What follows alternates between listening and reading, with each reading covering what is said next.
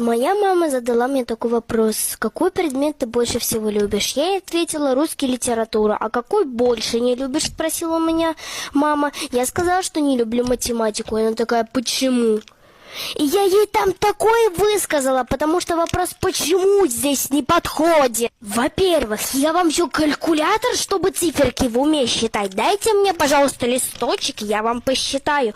Почему я должна в уме считать? Второе, вот я сижу себе на математике, нифига не понимаю, а она берет меня к доске на самый сложный пример вызывает.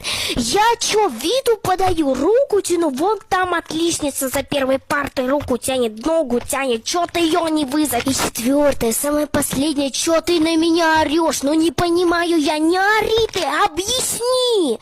Я тупая, я умственно отсталая, помоги мне разобраться в этом примере. Нет, она орет, ты тупая.